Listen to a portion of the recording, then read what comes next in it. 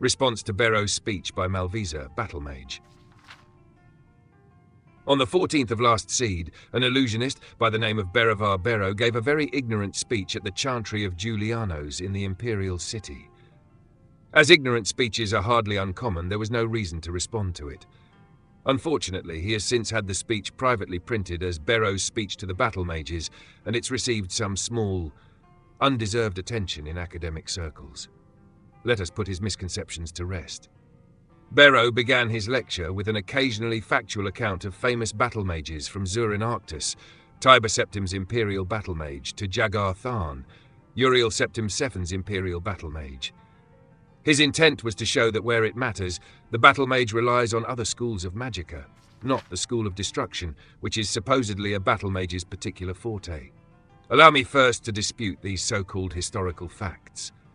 Zurin Arctus did not create the golem Numidium by spells of mysticism and conjuration, as Bero alleges. The truth is that we don't know how Numidium was created, or if it was a golem or atronach in any traditional sense of those words. Uriel V's battlemage Hethoth was not an imperial battlemage. He was simply a sorcerer in the employ of the Empire. Thus, which spells he cast in the various battles on Akavir are irrelevant, not to mention heresy. Bero calls Empress Morihatha's battlemage Wellock an accomplished diplomat, but not a powerful student of the School of Destruction. I congratulate Bero on correctly identifying an imperial battlemage, but there are many written examples of Wellock's skill in the School of Destruction.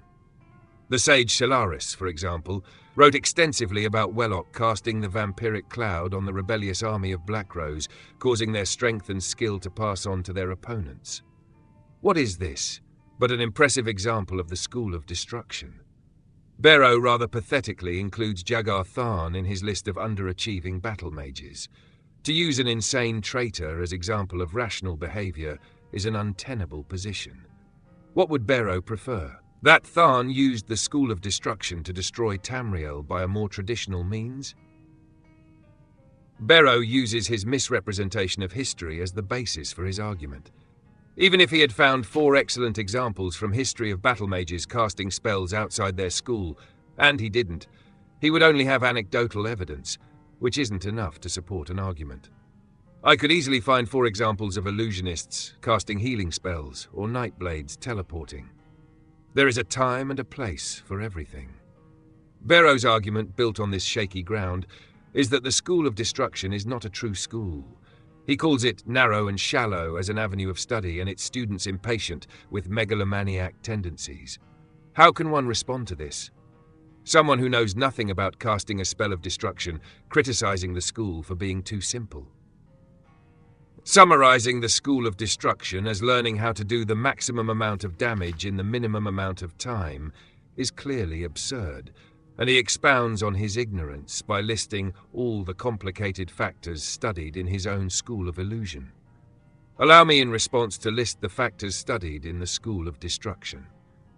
The means of delivering the spell matters more in the School of Destruction than any other school. Whether it is cast at a touch, at a range, in concentric circles, or cast once to be triggered later. What forces must be reined in to cast the spell? Fire, lightning, or frost? And what are the advantages and dangers of each? What are the responses from different targets from the assault of different spells of destruction?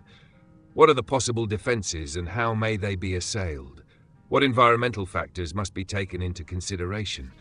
What are the advantages of a spell of delayed damage? Bero suggests that the School of Destruction cannot be subtle, yet he forgets about all the curses that fall under the mantle of the school, sometimes affecting generation after generation in subtle yet sublime ways. The School of Alteration is a distinct and separate entity from the School of Destruction, and Bero's argument that they should be merged into one is patently ludicrous.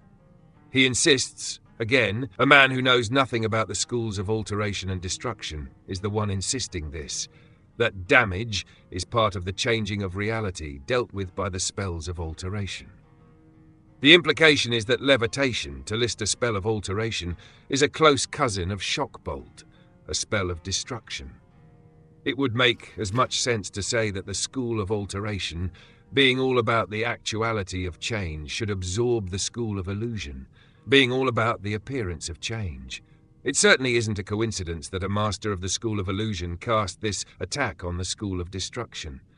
Illusion is, after all about masking the truth.